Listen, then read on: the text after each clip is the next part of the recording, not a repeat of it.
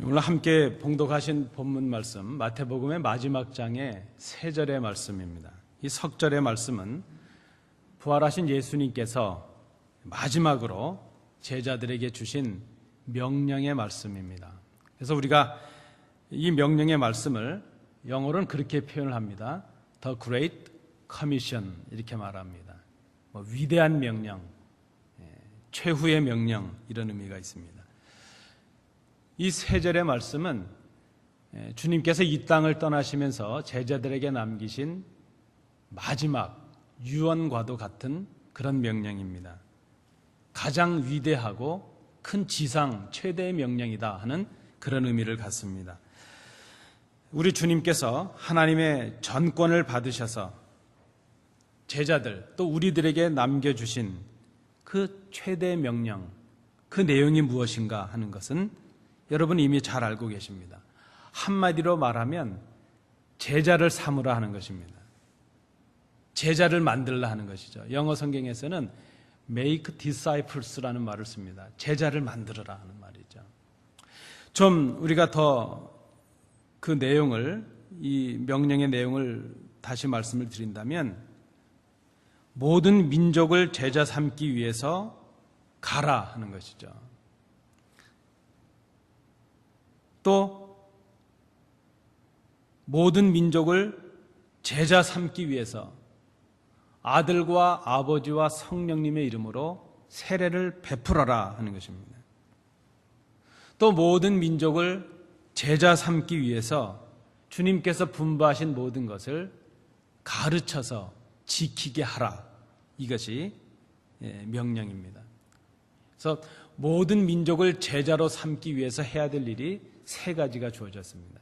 가서 세례를 베풀고 가르쳐 지키게 하라. 이것이 주님께서 우리에게 남겨주신 마지막 명령입니다. 어떻게 보면 이것은 성도됨의 본질이라 말할 수 있고 교회 존재의 이유라 말할 수 있습니다. 성도가 된다는 것이 무엇인가? 이 사명을 감당하는 것이고 교회가 이 땅에 왜 존재하는가? 왜 교회가 이 땅에 있어야 되는가? 우리 주님께서 주신 이 명령을 이루기 위함이라 말할 수 있습니다. 왜 그렇습니까? 그리스도인이라는 사람이 누구입니까? 여러분이 그리스도인이신데 그리스도인이 누구입니까? 그리스도인은 그리스도의 제자가 되는 사람이 그리스도인입니다. 그리스도의 제자는 그 스승 되신 주님께서 남겨주신 마지막 그 명령을 삶으로 지켜내고 행하는 사람입니다. 그래서 그리스도인들은 자기 자신이 제자가 될 뿐만이 아니라 다른 사람들을 또 주님의 제자로 만드는 사람, 그 사람이 그리스도인이라 말할 수 있습니다. 주님께서 하신 이 유언적인 명령에 대해서 우리 그리스도인 된 우리가 해야 될 일이 무엇일까? 그것은 순종입니다. 순종. 여러분, 이 악한 자식들도 그 아버지, 부모님이 돌아가시면서 유언으로 남기는 것은 지키려고 노력을 합니다. 작년에 저희 아버님이 돌아가시면서 의식을 잃으시기 이틀 전에 저랑 통화를 하셨는데 저에게 전화로 뭔가를 남기셨습니다. 이사야 말씀을 암송해 주시면서 아버님이 투병하시면서 그 성경을 많이 암송하셨는데 성경을 암송하시면서 저에게 한마디의 유언을 남기셨습니다. 그래서 제가 그것을, 저는 참 불효자지만 아버님을 10여 년이 넘도록 가까이서 모시지도 못한 불효자였지만 그래도 마지막 아버님이 남기신 그 말씀을 지키려고 노력을 합니다. 주님께서 우리에게 유언적인 말씀을 남기셨다면 우리가 그 유언의 말씀을 지키려고 노력해야 됩니다. 그것은 순종입니다. 여러분, 그 청개구리도 그 엄마 청개구리가 죽으면서 유언을 남겼는데 그걸 지킨다 그러지 않습니까? 애들이 하도 말을 안 들어서 그 청개구리가 내가 죽으면 양지 바른 곳에 묻어야 될 텐데 얘들이 내가 말하면 반대로 할 거 아니겠는가? 늘 반대로 했으니까 나를 물가에 묻어달라 그러면 바른 곳에 묻겠지 하고 물가에 묻어달라 그랬더니 이 청개구리들이 엄마 개구리가 죽으면서 유언을 남기니까 정신을 차리고 그건 또 듣겠다 그러네요. 그래서 엄마를 물가, 강가 옆에다 묻어두고 비만 오면 그 엄마 떠내려갈까 봐 개골개골 운다는 겁니다. 이런 우화가 있기도 하죠. 개구리도 지키는 것이 유언이 아니겠는가 하는 것이죠. 주님께서 우리에게 유언의 말씀을 남겼다면 우리가 해야 될 사명은, 본분은 순종하는 것이라 말할 수 있습니다. 그것이 우리 믿는 사람의 도리요, 또 교회됨의 본질적인 사명이라 말할 수 있기 때문입니다. 그런데 여러분, 순종해야 된다는 우리가 다 알고 있습니다. 그리스도인이 되어서 주의 말씀에 순종해야지, 그렇게 결단하지 않는 사람이 어디 있고 그렇게 생각하지 않는 성도가 어디 있겠습니까? 그런데 우리가 좀 더 정직하게 생각해 보면 우리가 순종해야 된다고 생각하지만 막연하게 하고 있다는 것입니다. 순종해야지 그렇게 결심은 하지만 그 결심이 삶으로 이어지지는 못하고 있습니다. 그것이 우리의 현 주소입니다. 오늘 우리가 생각해 보려고 하는 것이 바로 그것입니다. 순종해야 된다는 것은 알고 있는데 어떻게 순종할까 하는 것이죠.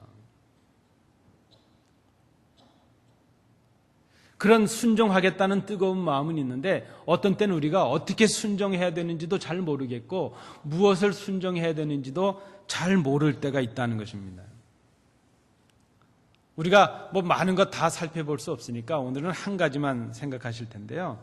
제가 한번 질문을 드리면 여러분, 우리 성도님들께서 마음속으로 한번 생각해 보시기 바랍니다. 이 주님의 명령에 어떻게 순종하시겠습니까? 질문도 막연하지만 여러분 대답도 막연하시죠. 그러나 한번 생각해 보시죠. 어떻게 순종할까? 이렇게 생각하시는 분 계신가요? 열심히 하겠습니다. 열심이란 말만큼 좋은 말이 없습니다. 열심히 한다. 교회도 그렇고 일반 공동체 모임도 그렇지만 교회 보면 참으로 다양한 분들이 계시죠. 큰 교회건 작은 교회건 각각 다양한 그런 패턴의 다양한 종류의 사람들이 있는 것이 사실입니다. 순전히 목회자 입장에서 보면 몇 분류로 이렇게 성도들 나누면요, 무관심한 교인들이 있습니다. 교회가 뭘 하든지, 교회 문이 부서지든지 그냥 상관하지 않습니다. 그냥 주일날 와서 예배드리고 가는 것, 그게 전부죠. 나만 손해 안 당하면, 나만 어려움이 없으면 관심도 없습니다. 교회에서 뭘 행사를 하든지 말든지 그냥 관심이 없습니다. 이게 무관심한 분들이 있습니다. 왜 웃으시는 분이 계신지 모르겠어요. 저는 지금 특정 분을 생각하는 건 아닙니다. 그런 패턴이 있다는 것이죠. 적당한 거리를 두고 그저 어려움 당하지 않고 편하게 예수를 믿으려는, 신앙생활 하려는 그런 분들이 있을 수 있습니다. 또 어떤 분들이 있는가 하면요, 관심은 있는데 열심은 내지 않는 분들이 있습니다. 그저 땀 흘리고 수고하고 물질로 헌신하고 노력하고 그런 거는 안 하려고 하는 분들이 있습니다. 참석은 하지만 열심은 내지는 않습니다. 또 그런 분들이 있습니다. 당회나 목사가 뭘 하려고 하면 무조건 반대하는 분들도 있습니다. 왜 그런지는 모르겠습니다. 그저 저한테만 그러는 건지 전에 계셨던 목사님들한테도 그러는 건지 그건 잘 모르겠습니다. 이유는 없는데 무조건 반대부터 하는 그런 분들도 있을 수 있습니다. 그리고 열심히 있는 분들도 있습니다. 제 개인적으로 가장 저를 어렵게 하고 또 우리 당회나 지도자들을 어렵게 하는 분이 누구일까? 저 개인적으로는요, 여러분 생각하실 때는 반대하는 사람들이 어렵지, 아닙니다. 정말 저에게 이것이 개인적인 생각인지 모르지만 목사를 가장 힘들게 하고 어렵게 할 수 있는 분은 열심히 있는 분들입니다. 그런데요, 더 정확하게 말씀을 드리면 열심히 있는데 방향이 틀린 분들입니다. 이분들은 정말 대책이 없습니다. 어떻게 인도해야 될지 난감합니다. 열심은 하는데, 열심히 하긴 하는데 틀린 방향으로 열심히 하는 분들입니다. 잘못된 방향으로 열심히 합니다. 틀렸는데 열심을 내고 비뚤어진 채로 열심을 내면 참 힘듭니다. 여러분, 열심 있는 신앙 중요합니다. 그러나 더 중요한 것이 있는데 바르게 하는 것이 먼저입니다. 열심보다 우선해야 될 것이 바른 신앙이라 말할 수 있습니다. 우리가 기억을 더듬어 보면 주님 당시에 열심히 있었던 사람들이 있습니다. 유대인들이었습니다. 바리새인들이었습니다. 사두개인들이었습니다. 이들은 하나님을 섬기는데 얼마나 열심을 냈는지 모릅니다. 율법을 지키는데 자신들의 목숨을 걸 정도로 그렇게 열심을 냈던 사람입니다. 그러나 그들의 열심이 비뚤어져 있었습니다. 사도 바울이 사울이었던 시대에 그때 이 바울은 얼마나 열심 있는 사람이었는지 모릅니다. 하나님을 섬기겠다는 그 큰 열심을 가지고 그가 한 일이 무엇이었습니까? 예수님을 박해하고 예수 믿는 자들을 잡아 죽이는 일을 했던 사람이었습니다. 여러분, 이 시대에 교회에 열심을 내는 성도들 필요합니다. 그러나 이 시대에 열심을 내는 성도들, 우리보다 훨씬 더 많은 열심을 내는 사람들은 이단에 속해 있는 사람들입니다. 이단에 미혹된 성도들. 와, 얼마나 열심을 내는지 모릅니다. 우리가 이단에 미혹된 사람들에게 배울 것은 없지만 그들에게 배울 것이 있다면 열심입니다. 그들의 열심은 우리가 배울 필요가 있을 것입니다. 우리가 어떤 열심을 동원한들 그들을 당해낼 수가 없습니다. 잘못된 지식, 잘못된 생각으로 열심을 가지면 그 열심이 크면 클수록 말씀에 불순종이 되고 하나님께로부터 멀어지게 되고 열심을 하는데 그것이 오히려 예수님의 적대자가 되고 만다는 것, 우리가 기억해야 될 것입니다. 열심히 하는 것 중요한데 바르게 하는 것이 열심히 하는 것보다 앞서야 된다 하는 것입니다. 오늘 우리에게 주신 이 주님의 말씀에 대해서 먼저 우리가 이 말씀에 순종하기 위해서 열심히 하는 것, 그거 중요합니다. 요즘 열심히 하는 성도들을 찾아보기 어려운 때가 되었기 때문입니다. 그러나 그 전에 먼저 우리가 열심을 내기 전에 먼저 생각해야 될 것은 그 명령에 대한, 주님의 명령에 대한 바른 지식, 바른 방향, 그것을 깨닫고 그것을 알고 바르게 순종하는 것이 중요하다는 것입니다. 주님의 마음을 깨닫고 주님의 뜻을 바르게 알고 그리고 순종해야 될 일을 하는 것입니다.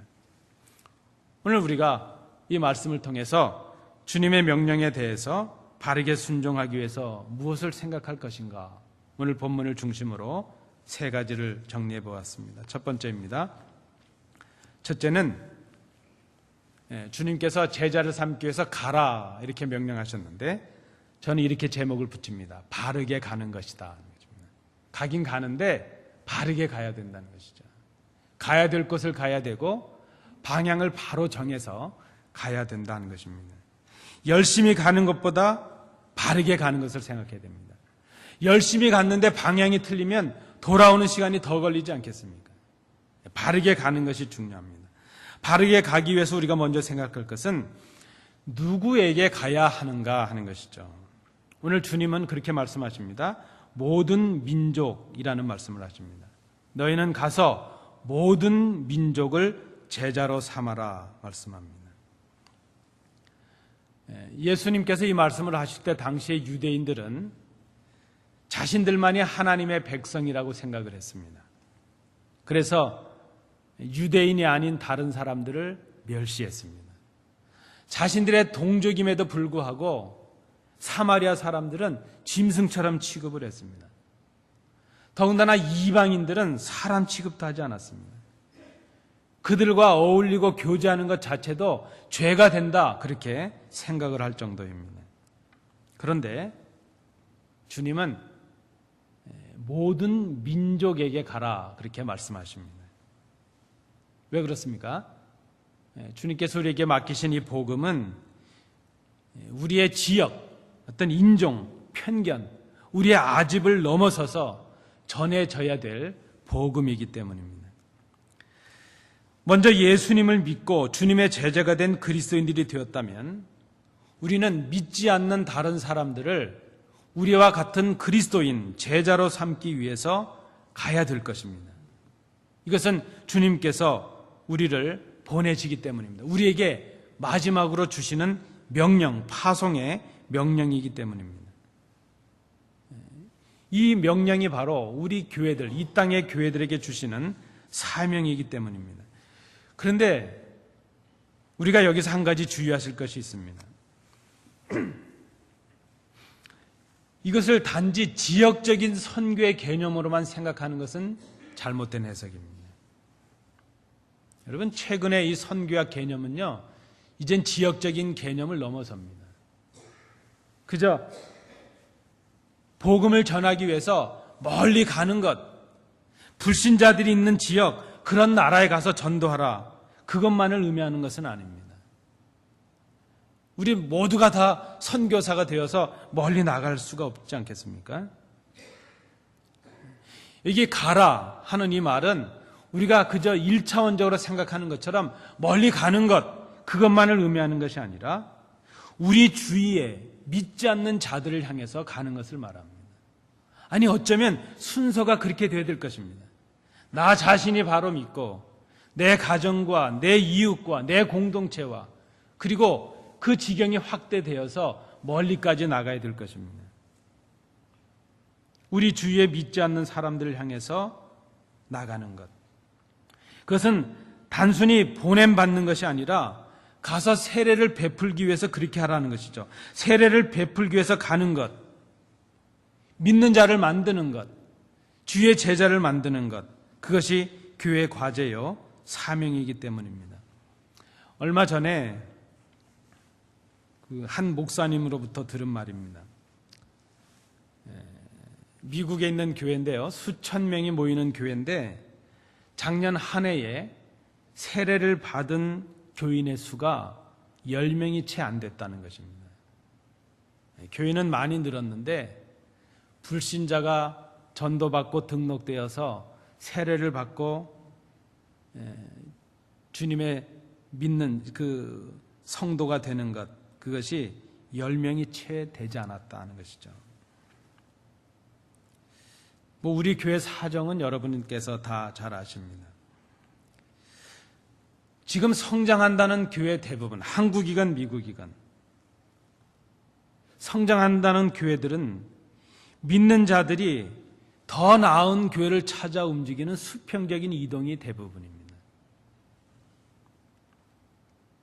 예수님을 알지 못하고 믿지 않는 불신자들이 전도되고 그들이 믿음으로 세례를 받는 자들이 되고 주님의 제자로 말씀으로 양육이 되는 그런 일들이 보기 드문 일들이 되고 말았다는 것입니다.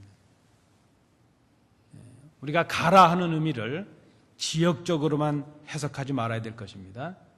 우리가 가야 되는데 내 심령을 향해서 가고 내 가족들을 향해서 가고 내 주위에 믿지 않는 자들을 향해서 그들에게 세례를 베푸는 그 일을 할 수 있어야 될 것입니다. 또 하나 우리가 잊지 말아야 될 이 가라는 의미의 중요한 부분은 우리가 서로 담을 싸고 있는 이 울타리를 넘어가라는 의미가 있을 것입니다. 교회들이 이기적인 교회가 되고 있습니다. 교회들마다 높은 울타리를 치고 있습니다. 아니, 좀 더 아픈 얘기지만 한 교회 안에서 각자의 울타리들을 만들고 서로를 가두며 살아가고 있습니다. 그래서 우리끼리 열심히 친교하고 우리끼리만 열심히 예배하고 우리끼리만 하나가 되려고 그런 이기적인 모습들이 생겨집니다. 그것이 개교회주의가 되고 교회 안에서도 특정한 모임들로 나뉘어지는 그런 모습들을 보게 됩니다. 그때 그 우리가 누구인가요? 그저 내 마음에 들고 나에게 잘 대해주고 나와 좋은 관계 있는 사람들, 그들과만 친교하고 그들과만 하나가 되려고 합니다. 그런데 여러분, 오늘 주님께서 말씀하시는 모든 민족이라는 것은 그것을 넘어서는 것입니다. 주님은 우리에게 오셨는데 우리가 의인이어서 오신 것이 아니라 우리가 죄인 되었을 때에 우리를 위해서 십자가에 죽으셨습니다. 우리를 위해서 이 땅에 오셔서 당신의 목숨을 우리의 대속물로 내주셨습니다. 우리에게 영생을 허락해 주셨습니다.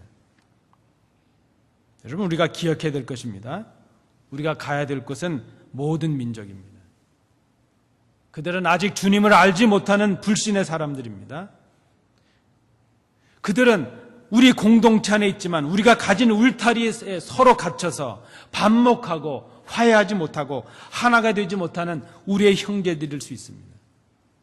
내가 좋아하지 않는 사람일 수 있고 나와 좋지 않은 관계에 있는 사람일 수도 있습니다. 그것을 깨고 가라는 것이죠. 우리의 생각, 우리의 선입견, 우리의 욕심, 우리의 고집, 이것을 버리고 주님의 명령 앞에 순종하는 것입니다. 가라 하는 명령입니다. 여러분, 우리가 이 아침에 가라 하시는 이 주님의 명령에 바르게 순종하고 있는가, 우리 스스로를 돌아봐야 될 것입니다. 두 번째, 주님의 명령은 세례를 베풀라 하는 것입니다. 저는 그렇게 제목을 붙였습니다.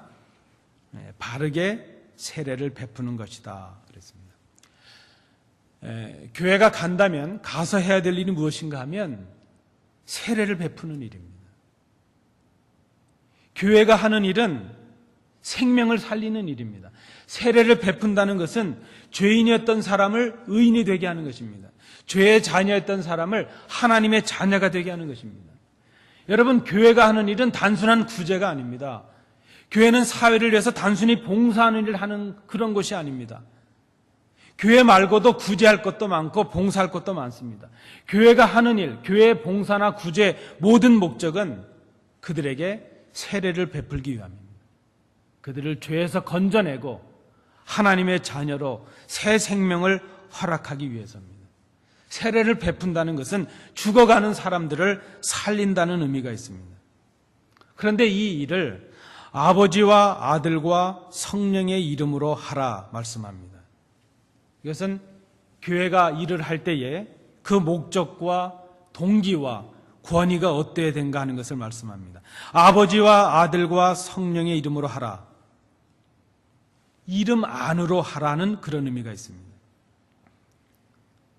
세례를 베푸는 이유는 세례를 받는 자들을 아버지와 아들과 성령 안으로 하나가 되게 하는 것입니다. 하나님의 생명을 힘입게 하는 것입니다. 여러분, 이 일은 우리의 능력이나 우리의 권위로 하는 것이 아닙니다. 우리의 이름을 내기 위해서 하는 것이 아닙니다. 전도하고 그들에게 세례를 베푸는 것이 교회의 이름을 드러내기 위한 일이 아니라는 것입니다. 아버지의, 아들의, 성령의 이름으로 하는 일입니다. 성도들에게 주신 권위, 교회에 주신 권위, 그것은 다른 사람을 그 위에 군림하고 억압하라는 그런 권위가 아닙니다. 그런 권한이 아닙니다. 성도와 교회가 가진 권세가 있고 권위가 있다면 그것은 예수님의 이름을 드러내는 권위입니다.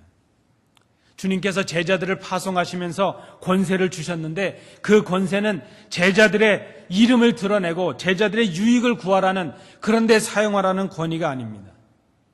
예수님의 이름을 드러내라는 그런 권위입니다. 그 권위는 예수님의 이름으로 세례를 베풀 권세입니다. 우리에게 주신 고난, 우리에게 주신 권세는 예수님의 명령에 순종할 권세입니다. 자신의 이름을 드러내고 자신을 자랑하는 권세는 잘못된 것입니다. 교회가 일을 하는데 동기, 그 목적, 이것이 분명해야 될 것입니다. 그래서 우리가 주님의 명령에 순종하는 교회가 되기 위해서 먼저 생각해야 될 것이 무엇인가? 그것은 아버지 하나님으로부터 하늘과 땅의 모든 권세를 가지신 그 하나님의 아들을 인정하는 것입니다.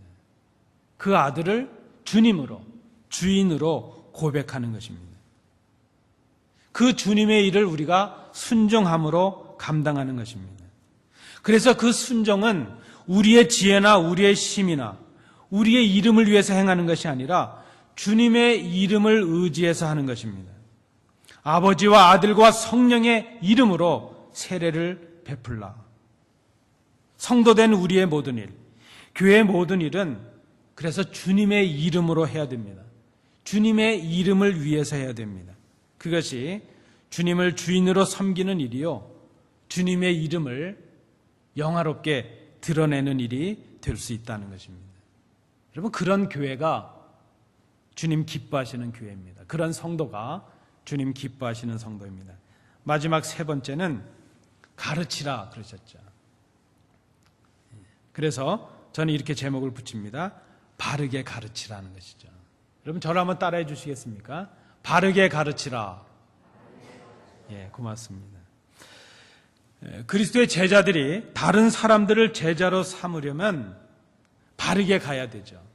그리고 삼위일체 하나님의 이름으로 바르게 일을 행해야죠. 바르게 세례를 베풀어야죠. 그리고 그 다음으로 해야 될 일이 있다면 가르치고 지키게 하는 일인데, 이 일을 바르게 하라는 것입니다. 바르게 가르치고 바르게 행하게 하라는 것이죠. 여러분, 이 바르게 가르치라 하는 이것은 첫 번째 의미가 무엇이겠습니까? 가르쳐야 될 내용을 바르게 가르치는 것이죠. 그것이 바르게 가르치는 것이죠. 바르게 가르치라, 이것은 마땅히 가르쳐야 될 것을 가르치는 것을 말합니다. 그것이 무엇입니까? 오늘 본문에 보니까 주님께서 우리에게 분부하신 모든 것이라 그랬습니다. 교회가 무엇을 가르쳐야 됩니까? 주님께서 분부하신 것을 가르치는 것입니다. 교회가 무엇을 전해야 됩니까? 주님께서 우리에게 가르쳐 주신 것, 주님께서 분부하신 것을 가르쳐야 됩니다. 그것을 전해야 됩니다. 그것은 주님께서 하신 일이요, 주님께서 하신 말씀을 의미하죠. 여러분, 교회가 가르쳐야 될 것, 강단에서 선포해야 될 것은 세상의 처세술이 아닙니다. 세상의 방법이 아닙니다. 돈 버는 방법이 아니고 복 받는 비결이 아닙니다. 근데 교회 와서 자꾸 돈 버는 방법을 배우시려고 하고 복 받는 방법을 배우시려고 그래요. 그거는 이 땅에서 지혜롭게 살아가실 일입니다. 교회가 가르쳐야 될 일, 성도들이 가르쳐야 될 일, 그것은 주님께서 우리에게 말씀하신 것, 주님께서 행하여 보여주신 것, 주님께서 분부하신 것, 그것을 우리가 바르게 가르쳐야 된다는 것입니다. 주님께서 우리에게 말씀하시고 주님께서 우리에게 가르쳐 주신 것이 무엇입니까? 우리를 위해 십자가에 죽으신 것, 우리를 위해 다시 살아나신 것, 우리를 위해 승천하시고 다시 오신다고 약속하신 것, 그것은 복음입니다. 교회가 이 시대에 가르쳐야 될 것은 복음입니다. 교회가 전해야 될 것은 복음입니다. 성도들이 배우기에 열심히 내야 되고 바르게 배워야 될 것은 복음이라는 것입니다.